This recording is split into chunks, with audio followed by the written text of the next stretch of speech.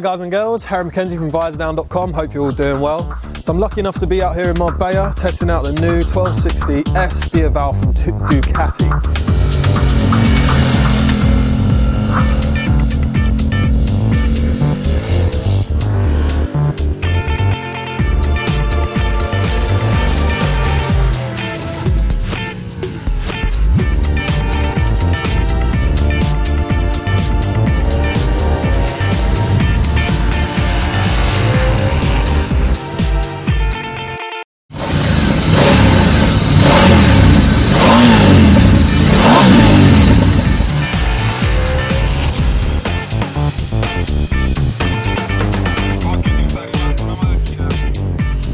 A few styling changes on last year's model.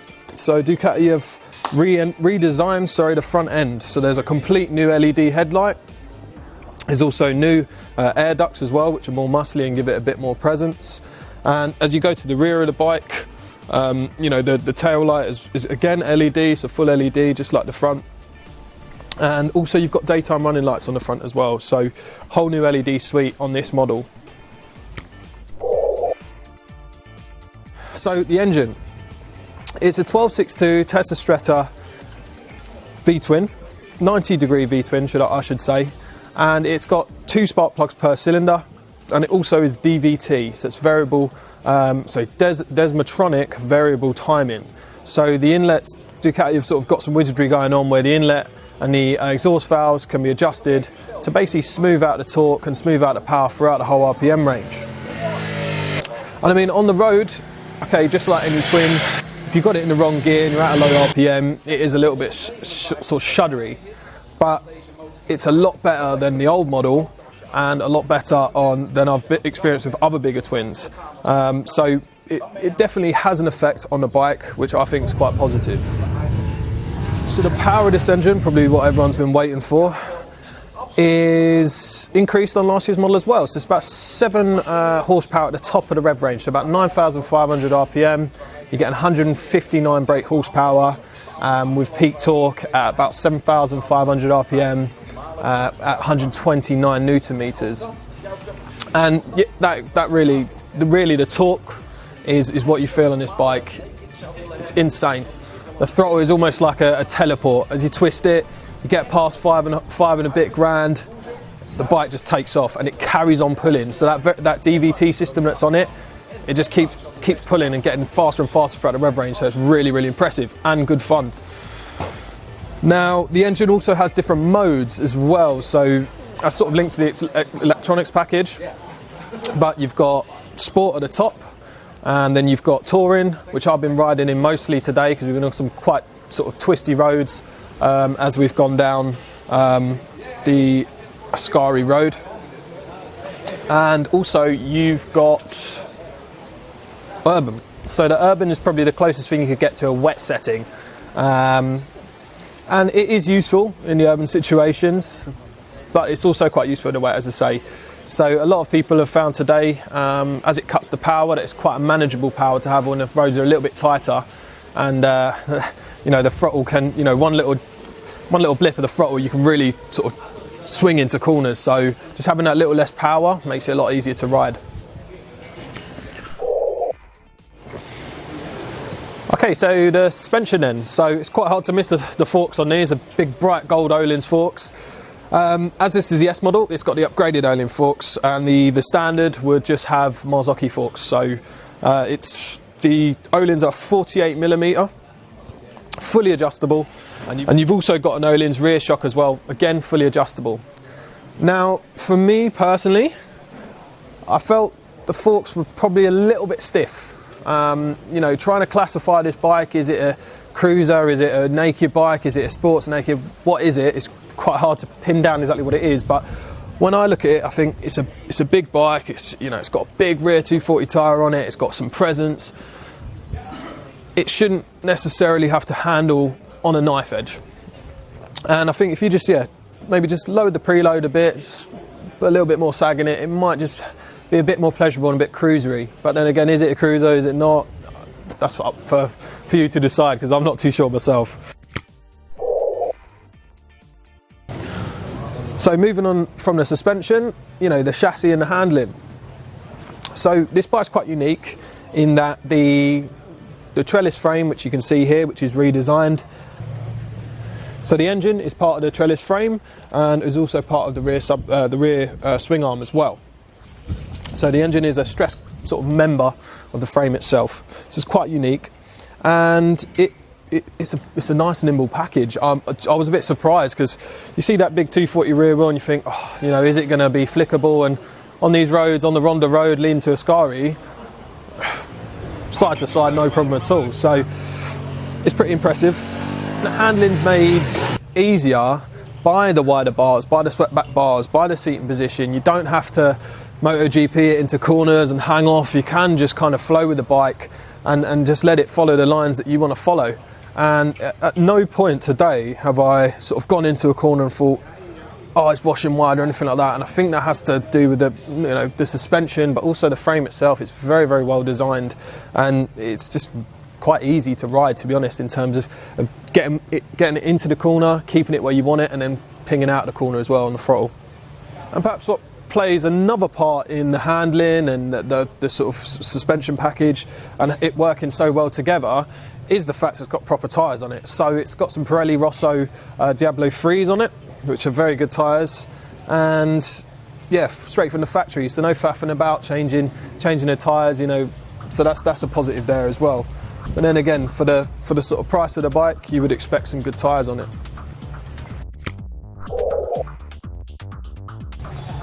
So with the good rubber, you're also getting some pretty good brakes to stop the bike. Now the bike does weigh 233 kilos, I think, wet, or maybe slightly more. But you're going to have some good brakes. So the S version is come with M50 Brembos, and the disc size is 320mm. So nice big beefy brakes. As soon as you yank on that lever, this thing is coming to a stop pretty rapidly. And the rear, again, it's got a Brembo. It's on a sliding piston, this brake, and it's a twin piston brake setup. So again, it's perfectly adequate. Maybe you could have a little bit more bite, but it works, it does the job, and you've got the big boys at the front as well, which are fine.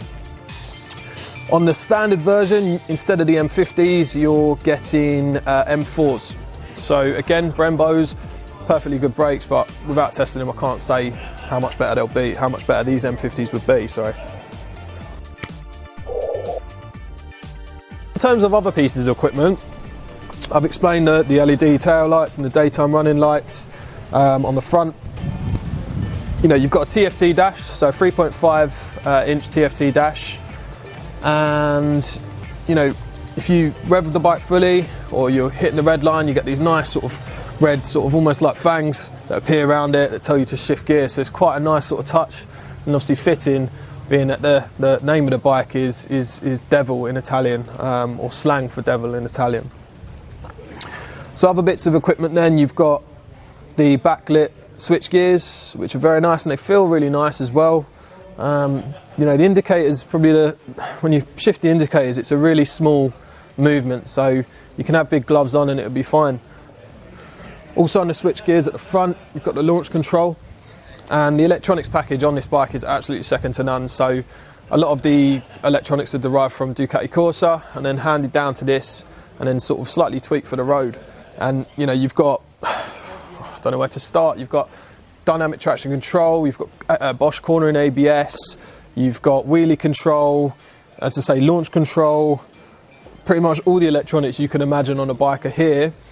And with a bike of this power and level of torque, it's a good thing it's there. Again, if you go into the TFT dash, you can adjust all the settings to make them sort of tailor suited to you. And also on the S, you've got the Ducati multimedia system. So if you don't feel like going into the dash and faffing around on the sort of switch gear, then you can link it to the Ducati Link Up app and then do it from there, and then download any settings or any tweaks that you want to make to the bike onto the bike from your phone. Another bit of equipment that I quite liked today was the auto blipper and quick shifter and auto blipper. Now the S is a standard, and on the standard one you wouldn't actually get a quick shifter, but it's something that you can obviously invest in if you so wish. Works a treat. Honestly, I've been playing around with it, and I tend to use the clutch a lot of the time when I downshift anyway, because I auto blip myself, but just to have that sort of casual stamp on the lever and it goes straight into gear, and you can really drive into corners and just basically rely on the bike doing all the work, which makes it a hell of a lot easier from my perspective. And if you don't like it, then again, you can go into the TFT dash and turn it off. So for the purists out there that don't like auto down blippers or quick shifters, you can turn it off. Perhaps one thing that I'm not too sure about is the sort of weightiness of the clutch.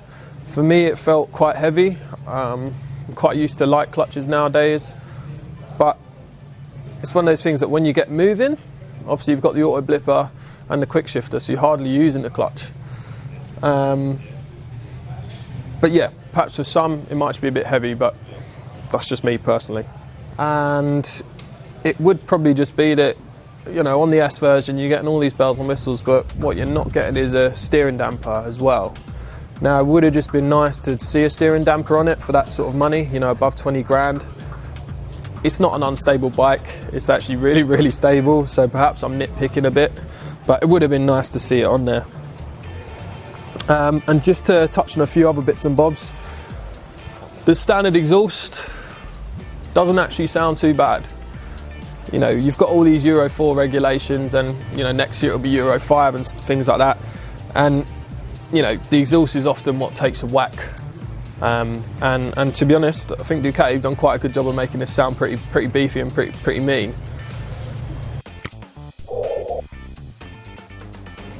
Probably, I'll move on to the things that I like most about the bike. Now, it does look like a big cruiser. It does look like a big muscle cruiser, something that's aggressive and angry. But when you get on it and you start playing with the modes, it's actually quite a pussycat, you know. Especially in the urban mode, less so in the touring and sport, it is quite aggressive. But again, if you want to tweak any settings, you can. So the electronics package for me is the thing that stands out most. And okay, the bike, you know, the damage of the bike is coming in at just over 20 grand. So the service intervals on this are actually quite exceptional as well, and that's something that I quite like. It's around about sort of 8,000 miles that you're going to do your first oil change. Another thing that I quite liked is the handling, and perhaps I went in with some doubts because of that 240 rear tyre about how this thing would handle, especially on tight twisty roads, which we've been on mostly today. And I can't lie, you do feel the rear tyre, but it's not unsettling. It's not one of those things where it's just, you know, you're going into corners a bit tentative or anything like that. You can really fling this into corners and just enjoy the bike and ride the bike as you would a normal bike with a normal tyre. But then you've obviously got that just torque on tap, power on tap, just to ping out of corners and actually like have a bit of fun on it. But again, with that electronics package, it's all composed, it's all relatively safe and enjoyable. Also, people are going to ask about comfort. Now, I'm a fairly young man, but I'm quite tall. So, you know, a lot of bikes feel a little bit hunched over or start getting back pain or things like this after longer rides, but not at all with this. The seat it's like a cup. It just kind of cups you inside it, and you can just really sit here nice and comfortably. It's actually really, really nice. And the handlebar position is quite natural. I think the ergonomics on this bike is something that Ducati can be quite proud of, because I had no problems at all. Mirrors are good, everything's nice and visible at the front. TFT dash is tucked away, and I think what's quite nice as well is how the front is kind of clear. You know, all you've got is your warning lights, so it's kind of just you, the bike and the road, instead of a big screen or a dash kind of blocking your view. So it's quite a sort of natural feeling riding position and a natural feeling view when you're actually riding. So I think that's all I've really got to say, or what I can remember to say at least. Harry McKenzie with Visordown.com. Have a good day.